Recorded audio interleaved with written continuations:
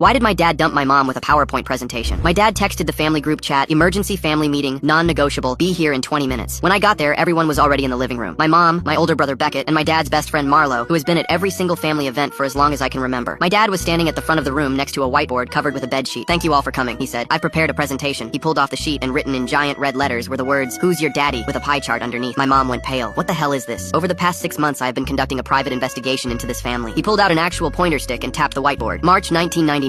Francine claims she was at a work conference in Denver. I have confirmed there was no conference. He flipped to the next page, which had a timeline with red circles on specific dates. July 1999. Francine claims she had food poisoning. I have obtained medical records. It was morning sickness. He flipped again. October 1999. Beckett is born. 8 pounds, 6 ounces, full head of black hair. He looked around the room. Everyone in this family is blonde. My mom started crying. Robert, please don't do this. I have secretly obtained DNA samples from every person in this room. How? Beckett demanded. That's not important right now. He flipped to a DNA pie chart and pointed at Beckett's results. 0% match. Beckett is not my biological son. Beckett looked like he was going to throw up. My dad flipped to the next page, which had a grid of photos of different men with alibis written underneath each one. I have narrowed down the potential fathers to 3 candidates based on opportunity and access. He crossed out the first photo with a red marker. Candidate 1, eliminated. He crossed out the second photo. Candidate 2, eliminated. He flipped to the final page and there was a single photo in the center. It was Marlo. Everyone turned to look at him. Marlo closed his eyes and let out a long breath. Fine. Yes, it was me. 25 years ago. One time. My mom was sobbing now. Marlo, how could you tell him? I didn't tell him anything, Francine. He figured it out with a whiteboard. You had one job. Keep your mouth shut for the rest of our lives. I didn't say anything. Your husband is just insane. Beckett stood up so fast his chair fell over. Can everyone stop arguing about the affair logistics and acknowledge that my entire life is a lie? He turned to Marlo. So you're my father? Uncle Marlo who taught me to ride a bike? Uncle Marlo who came to every single one of my baseball games? I wanted to be there for you even if I couldn't tell you why. You've been at every Thanksgiving, every Christmas, every birthday. You gave a toast at my wedding. I know. You cried. I know. My dad's voice was cold. You were at every baseball game because you were sleeping with my wife. No, I stopped sleeping with your wife 24 years ago. My mom's voice cracked. You make it sound so cold. You told me you loved me. I lied. What? I never loved you, Francine. I'm sorry, but I didn't. My dad stepped closer to Marlo. Then why? Why would you sleep with my wife if you didn't love her? You're my best friend. We've known each other for 30 years. Why would you do this to me? Marlo stood up slowly and looked my dad directly in the eyes. Because I couldn't have you. The room went dead silent. I've been in love with you since college. Since before you even met her. I thought if I slept with Francine I could get over you, but it just made everything worse. I've spent 30 years showing up to every barbecue and every birthday party and every stupid 4th of July cookout with a smile on my face because being near you was better than not being near you at all. My mom looked like she'd been slapped. You slept with me to get over my husband? I'm sorry, Francine. I really am. I gave you a child. I know. I kept your secret for 25 years. I know. And you were thinking about him the whole time? My dad walked back to the whiteboard and flipped to one final page. It said, I know. I've always known. Marlo's face went white. What? Why do you think I invited you here today? I didn't call this meeting to humiliate you. I called it because I'm done pretending too. My dad walked over and kissed Marlo in front of all of us. My mom screamed. Beckett screamed. I just stood there watching my family explode. When they finally pulled apart, my dad looked at my mom and said, I'm filing for divorce tomorrow. Marlo and I have wasted 30 years pretending to be something we're not. That cabin in Vermont you always talk about, Marlo, I think we should buy it. They got married last spring. Mom still won't speak to any of us, but honestly the holidays are way less tense now.